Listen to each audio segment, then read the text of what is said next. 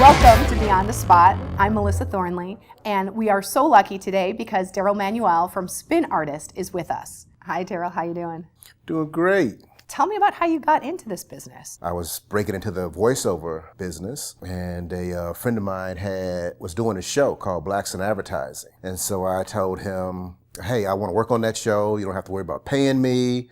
I just want the credit. And I was thinking, hey, I'll meet all the creatives at the ad agencies. I'll give them my VO tape. And it kind of opened my eyes to the ad industry here in Chicago. And from that moment on, I kind of kept track of it. And then a good friend of mine named Darryl Manuel, he got hired at Burrell. And I told him, if ever anything came up, remember your old buddy. Position came up as an associate producer. And I was lucky and fortunate enough to get the job. That is awesome. So you started out being in front of the camera, got in the door at an associate producer level at Burrell. The fortunate thing about working at Burrell, which I call my alma mater, because that's where I first got into business, is that they had some great clients. They were always really busy. So it wasn't a big training process. It was more of a throw him to the lions process and see if he sinks or swim. If he sinks, if he swims, he's in. So I was fortunate enough to be a good swimmer. At least tread water really good.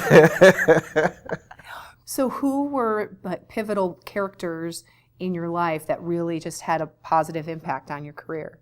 Well, there are a lot of folks even before I got in the ad business who gave me an opportunity to work. Carolyn Sartor, who was at Marshall Fields, at Visual Communication Department.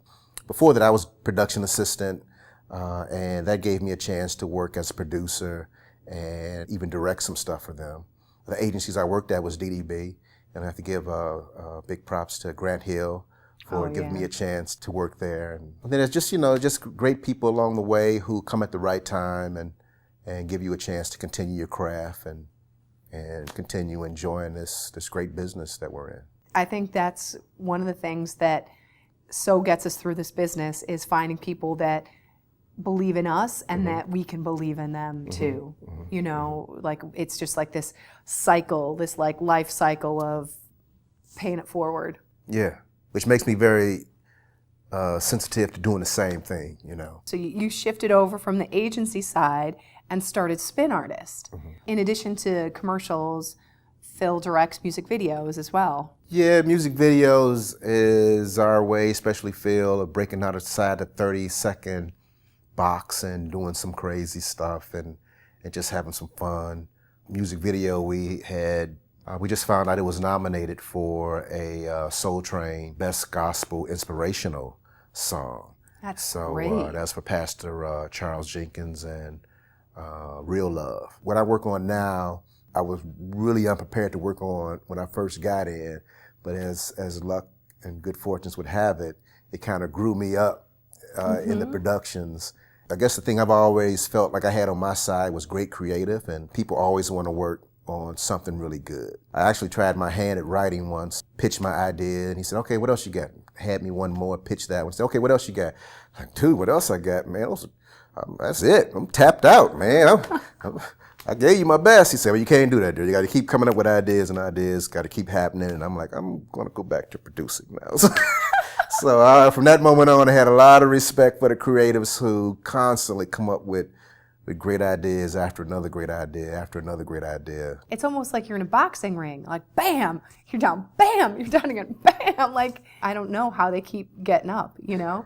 And because of that, it was always special to me to make sure their vision comes across as they imagined it. Yeah. And, my favorite thing was always, is this how you saw it? Because I know you're the one who woke up early in the morning or late at night with a stroke of inspiration. So is this what you saw? And it was always satisfying to hear, man, this is way better than I ever imagined. Thanks, Darryl, for making this happen. You're a writer, and you're a performer, and you're a voiceover artist, and an actor, and a director. You've got a well-rounded creative background, too. So if I'm a creative, I would totally trust you.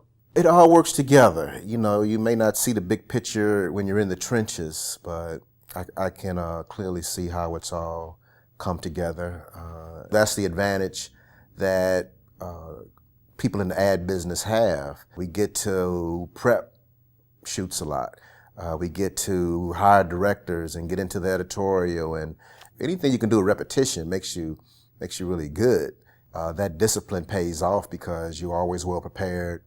You know the language, and it really translate well when you go into other avenues of this business. Producers are the keeper of the flame.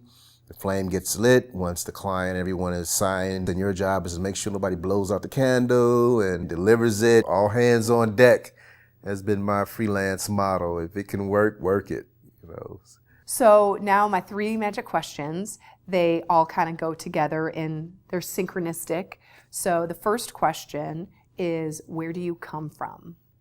Well, from Chicago, Illinois, South Side, Chicago. And I always like to throw out and claim 63rd and Cottage. And I know the young folks over there in the hood, as they say, could say, wow, if he could do it, then I can too. So anything's possible. Anything is possible. Yeah. So being from 63rd and Cottage Grove, where are you going? The thing that I do and consciously make a mental quest is to have no limits. Make sure I don't limit my own thinking and my own self and what can happen. Because then right away, you cut out a lot of stuff. So I like to say the sky's the limit, and wherever this industry is going, we want to be right there with it, creating content for it, and extending our brand and becoming known as players that can make great stuff happen. The last of the 3 questions, what keeps you going? The next opportunity. You never know what life has on the path right in front of you. Just got to keep walking it. I just want to do it again and again, and different assets of it, and just looking forward to wherever that's going to lead me.